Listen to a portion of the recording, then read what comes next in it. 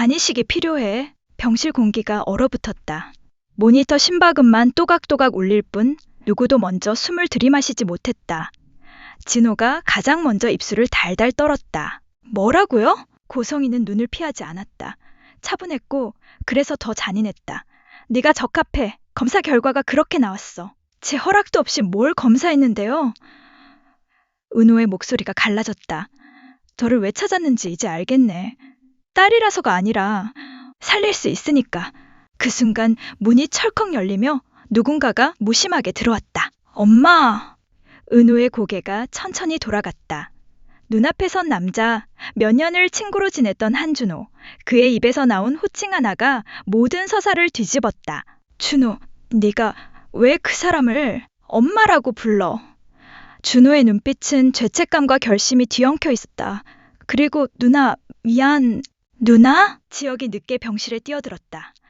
상황을 훑어본 그는 한 걸음 나서며 고성이를 뚫어지게 보았다. 회장님, 지금 하시는 건 설득이 아니라 강요입니다. 고성이의 입꼬리가 아주 미세하게 떨렸다. 강요? 아니, 기회야. 아이가 엄마를 살릴 수 있는. 그 말이 떨어지는 순간 은호의 눈가에서 툭 눈물이 떨어졌다. 엄마요? 버리고 간 사람이? 이제 와서 제 몸부터 요구해요? 버린 게 아니라 살리려고 멀어진 거야.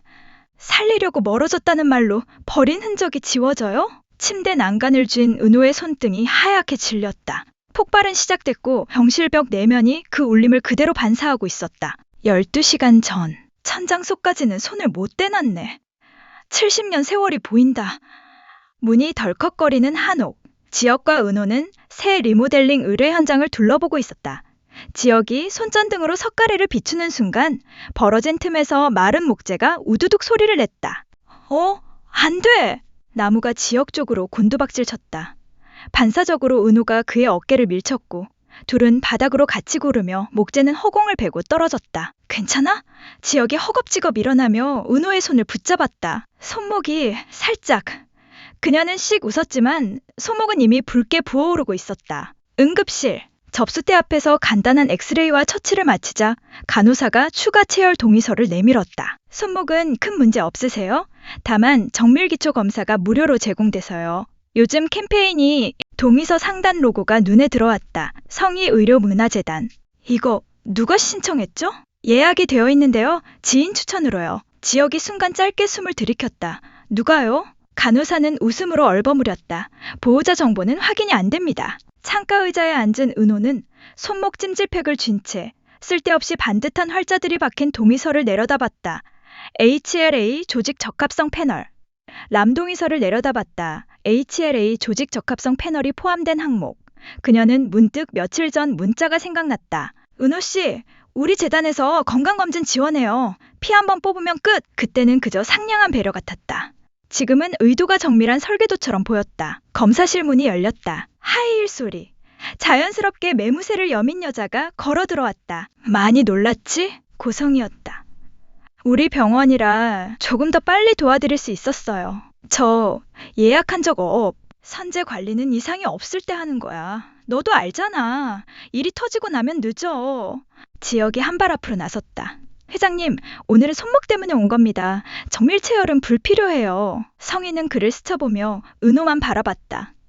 넌 가족력을 알아야 해. 내가 도와줄게. 가족력. 은호의 속에서 오래전 봉인된 단어가 끓는 듯 떠올랐다. 검사실 유리창 너머로 누군가가 스쳐갔다. 검은 모자 챙 아래로 보인 옆선 한준호였다. 준호? 말을 걸 틈도 없이 문은 다시 닫혔다.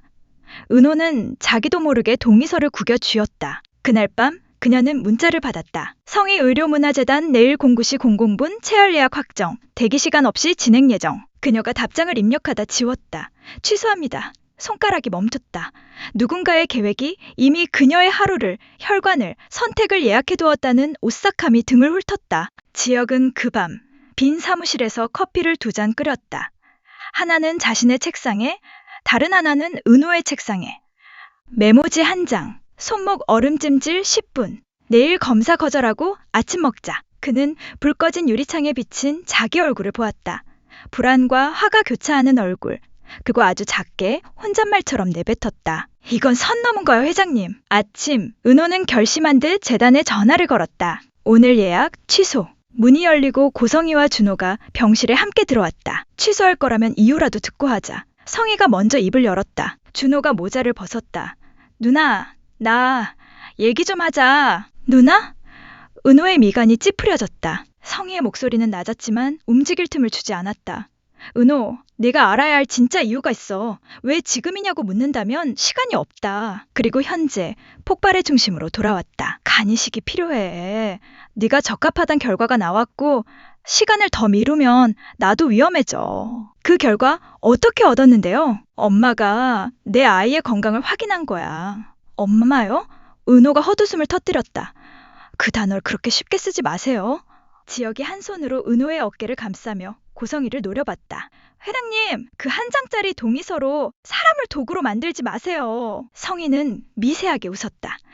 사람은 늘 누군가의 도구이면서 누군가의 구원이기도 해. 그때 준호가 낮게 끼어들었다. 엄마, 그만. 제발.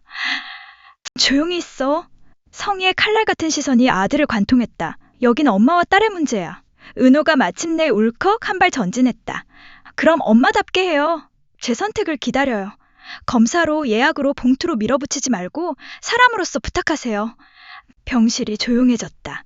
그리고 그 정적 위로 성희의 억눌린 한숨이 오래 길게 흘렀다. 좋아. 그럼 제대로 얘기해보자. 폭발은 끝이 아니라 시작이었다. 이제 이유, 계획, 숨긴 이름들이 한 겹씩 벗겨질 차례였다. 다음 장, 더 이상 도망칠 곳이 없다. 내가 네 엄마야. 은호의 눈이 흔들렸다. 그 한 문장이 공기를 찢었다. 병실의 조명이 더 하얗게 느껴졌다. 지혁은 순간 귀를 의심했다. 뭐라고요? 성희의 시선은 흔들리지 않았다. 은호야, 나야. 널 버렸던 그 여자. 내 생모? 그럼 준호는요? 내 동생이야. 몰랐겠지. 나도 그렇게 오래 숨길 줄은 몰랐어. 하지만 이제는 숨길 이유가 없잖아. 숨길 이유가 없다고요? 지금 그걸 이유라고 부를 수 있어요? 은호의 목소리는 절박했고 그 속엔 분노와 배신이 섞여 있었다. 그럼 왜 이제 와서요? 왜 지금이에요? 이젠 시간이 없어. 성희가 담담하게 내뱉은 말은 마치 냉철한 진단서 같았다. 내 간이 망가졌어. 이식이 필요해. 그 말을 듣는 순간 은호는 주저앉았다. 그래서였구나. 그녀의 손끝이 하얗게 떨렸다. 내 몸에 피가 섞여 있다고 그렇게 쉽게 이용할 수 있는 거예요? 이용이 아니라 거래잖아요. 은호의 외침이 병실벽을 울렸다. 엄마, 이건 사랑이 아니에요. 살기 위해서 사랑을 들먹이지 마요. 지혁이 조용히 다가와 은호 옆에 섰다.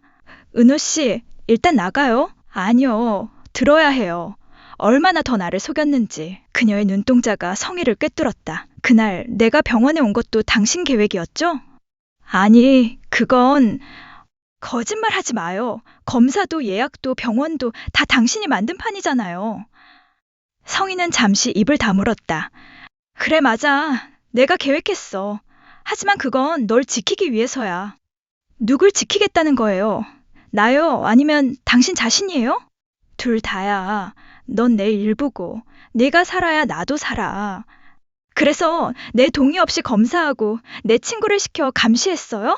그 말에 준호가 고개를 숙였다. 누나, 미안해. 준호, 너까지? 엄마가 너무 급해서. 나도 그때 몰랐어.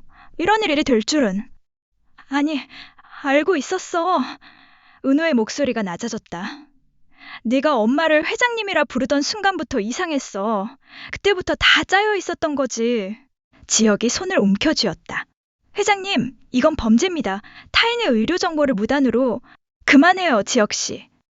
은호가 그를 막았다. 법보다 더 아픈 게 있어요. 가족이라는 이름으로 당하는 배신이에요. 성희는 여전히 흔들리지 않았다. 그래, 나를 미워해도 좋아. 하지만 내가 가진 그 피가 내 마지막 희망이야. 그럼 그 피로 나를 묶지 마요.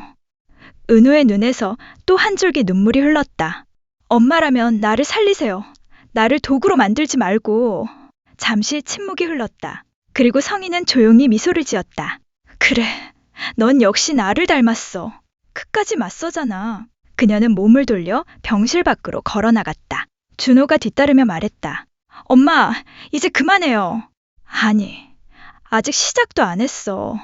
문이 닫히자 병실은 다시 적막해졌다. 은호의 손끝에는 미처 덮지 못한 의료 서류가 남아 있었다. 거기엔 굵은 글씨로 쓰여 있었다. HLA 적합 마이너스 97% 일치. 지역은 종이를 바라보다가 낮게 말했다. 이건 사람을 구할 수도 망가뜨릴 수도 있는 숫자네요. 그쵸? 은호가 떨리는 목소리로 대답했다. 이제부터는 이 숫자가 아니라 내 마음이 결정해야 할 때예요. 그리고 그 순간 멀리 병원 복도 끝에서 성희의 비서가 새로운 봉투 하나를 들고 오는 모습이 보였다. 지은호 씨 서명 받으세요. 지역이 그 봉투를 가로채며 막았다. 오늘은 안 됩니다. 비서는 말없이 고개를 숙이고 돌아갔다. 은호는 그 봉투가 멀어지는 걸 바라보며 속삭였다. 이제 엄마의 이야기를 내가 끝내야겠네요. 그녀의 눈빛에는 분노 대신 결심이 서려 있었다. 눈물로 번진 얼굴 위로 다음 싸움의 불빛이 조용히 일렁였다. 서명만 하면 돼. 고성희의 목소리는 낮았지만 칼날처럼 또렷했다. 책상 위에는 흰 봉투 한 장이 올려져 있었다. 그 안엔 법률 문서와 유언장 사본, 그리고 수술 동의서가 함께 들어있었다. 그게 뭐예요? 은호가 냉정하게 물었다. 유언장이야. 내가 이식 수술 중에 잘못되면 이 모든 재단 자산은 네 이름으로 넘어가. 네가 사인만 하면 난 살고 넌 상속인이 돼. 서로 이득이지. 거래네요 또. 은호의 목소리는 차가웠다. 언제까지 사람을 돈으로 설득하려고 해요? 사람은 원래 그렇게 살아. 누군가의 이유가 되는 거야. 그 이유가 생명을 팔아야 하는 거라면요? 넌 아직 몰라. 부모는 살기 위해 뭐든 한다는 걸. 지역이 조용히 한 발 나섰다. 회장님, 이건 이미 의료윤리를 넘은 행동입니다. 위임장 형식으로라도 사인을 유도하면 법적으로 문제됩니다. 성희는 그를 노려봤다. 당신이 뭘 알아? 당신은 피 한 방울 안 섞인 사람 주제에 감히 판단해? 그 피가 지금 누굴 병들게 하는지 알고 계시잖아요. 정적이 흘렀다. 그때 준호가 들어왔다. 엄마, 그만해요. 누나가 엄마를 살리려면 엄마가 먼저 사람이어야 하잖아요. 넌 빠져. 엄마, 제발 좀 봐요. 누나가 도구가 아니야. 조용히 하라니까. 성희가 준호의 뺨을 내리쳤다. 순간 봉투가 바닥에 떨어지며 서류가 흩날렸다. 지역이 빠르게 손을 뻗어 그것을 주워들었다. 이건 유언장이 아니라 강요의 증거네요. 그는 눈을 치켜들었다. 이걸로 회장님은 모든 걸 잃을 수도 있습니다. 그럼 잃어. 나한텐 이미 시간이 없으니까. 그녀는 손을 떨며 오히려 서류를 가슴에 끌어안았다. 이제 남은 건 은호뿐이야. 은호가 내 피를 나눈 사람이라면 이해해줘야 해. 그 피로 엄마는 평생 나를 묶었어요. 은호의 목소리는 떨렸지만 단호했다. 그 피로 다시 시작할 수 있을 거라 믿지 마요. 이건 사랑이 아니라 속죄의 흉내예요. 그 순간 성희의 손끝이 힘없이 풀리며 봉투가 다시 떨어졌다. 하얀 종이 한 장이 천천히 바닥으로 미끄러졌다. 지은호 수혜자. 그 이름을 보는 순간 은호의 눈에서 눈물이 터졌다. 나를 이렇게까지 사랑했다고요? 사랑은 아니었어. 그냥 살고 싶었어. 그러면 저도 그래요. 저도 이제 살고 싶어요. 당신 없이. 그녀의 한마디는 완전한 단절의 선언이었다. 병실 공기가 무너지는 듯 조용해졌고 지역은 천천히 은호의 어깨를 감쌌다. 이제 됐어요. 나가요. 성희는 쓰러지듯 자리에 주저앉았다. 손끝이 떨렸고 입술 사이로 미세한 신음이 새어나왔다. 너까지 나를 버리니. 준호가 천천히 다가와 그녀 앞에 무릎을 꿇었다. 엄마, 이제 그만 내려놔요. 누나도 나도 엄마의 희생이 아니라 엄마의 짐이었잖아요.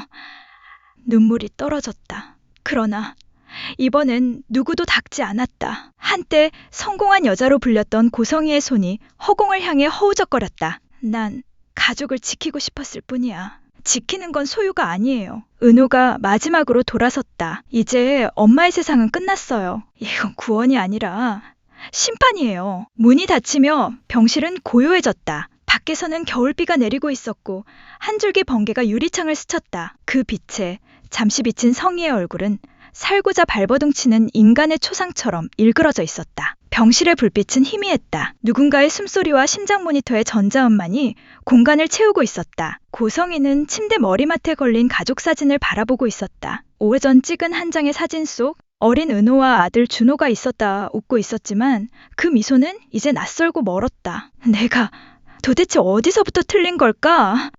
그녀의 속삭임이 허공에 흩어졌다. 그때 병실 문이 열리며 준호가 들어왔다. 엄마, 돌아왔구나. 퇴원하신다면서요? 그래, 재단 회의가 있어. 아직 내가 나설 자리가 남았지. 엄마, 이제 그만해요. 다 끝났어요. 아니, 아직 아니야. 성희는 눈을 감았다가 천천히 떴다. 끝내기엔 아직 할 말이 남았어.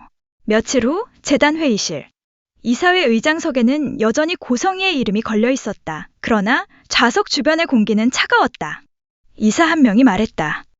회장님, 이번 사건으로 언론까지 시끄럽습니다. 간이식 스캔들이란 단어까지 돌고 있어요.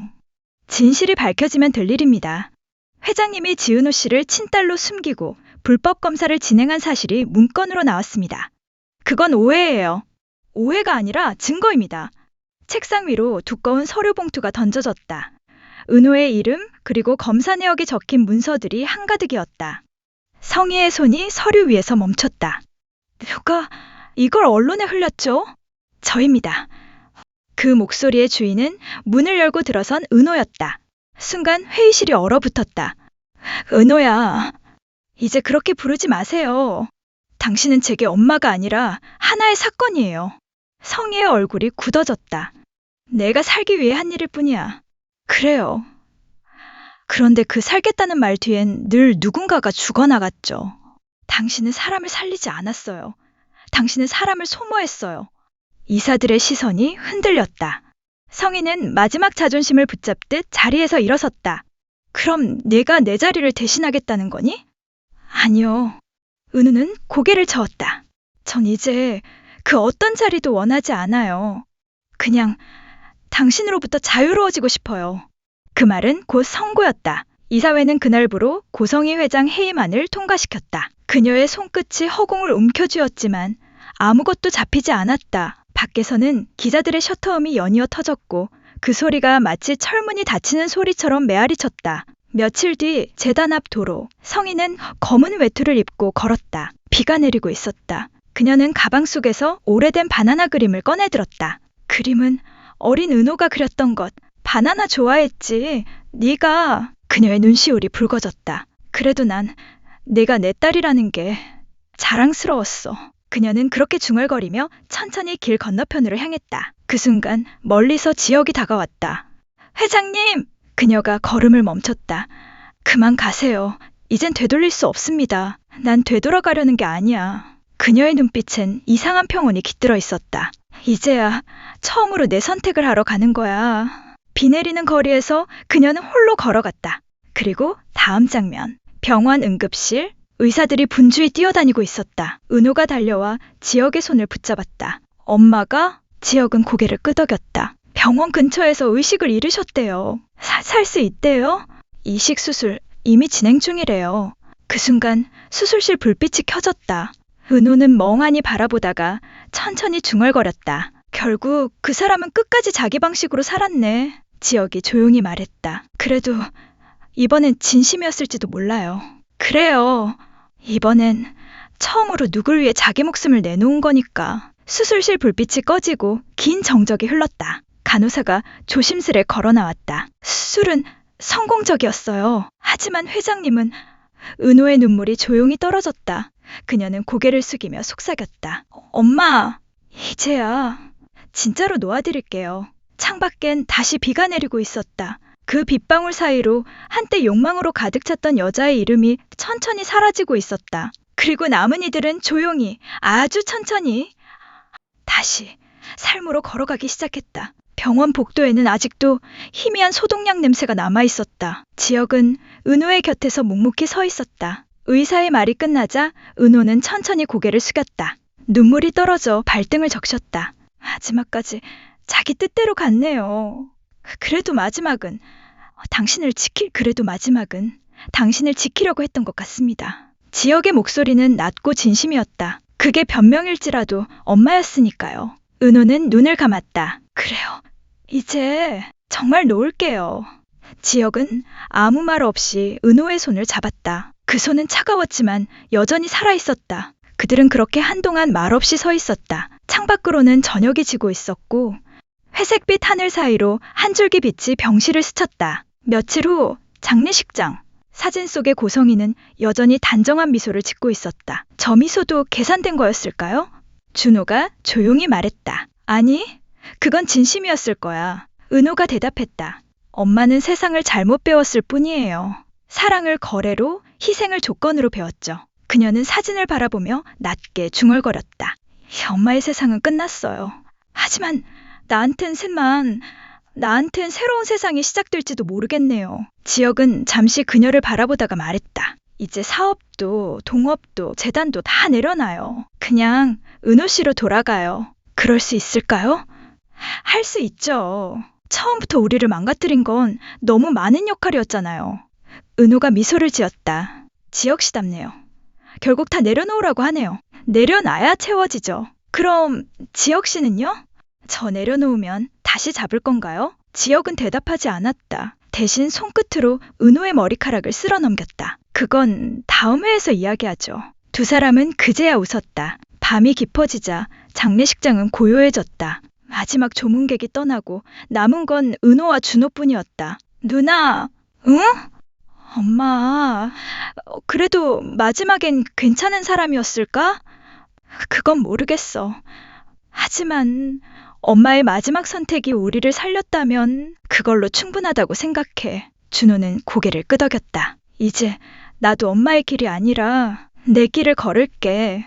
그래, 그게 엄마가 결국 원했던 거 아닐까? 그들이 떠난 뒤 조용히 불이 꺼진 빈 장례식장. 그곳에는 고성이의 유언장이 남아있었다. 이 편지는 내 아이들에게 너희는 나처럼 살지 말아라. 누군가를 소유하려 하지 말고 그저 함께 있어라. 그게 진짜 사랑이다. 며칠 후 지혁의 사무실. 지혁은 새로운 도면을 펼쳐놓고 있었다. 그 위에는 리노베이션 프로젝트 마이너스 아지트 2.0이라는 제목이 적혀 있었다. 이게 뭐예요? 은호가 물었다. 우리 처음 만난 그 카페 있죠? 거길 다시 리모델링 하려고요. 다시 처음처럼. 왜요? 이제 시작은 다시 해도 되잖아요. 은호는 고개를 끄덕였다. 그럼 이번엔 진짜 동업이에요. 그래요.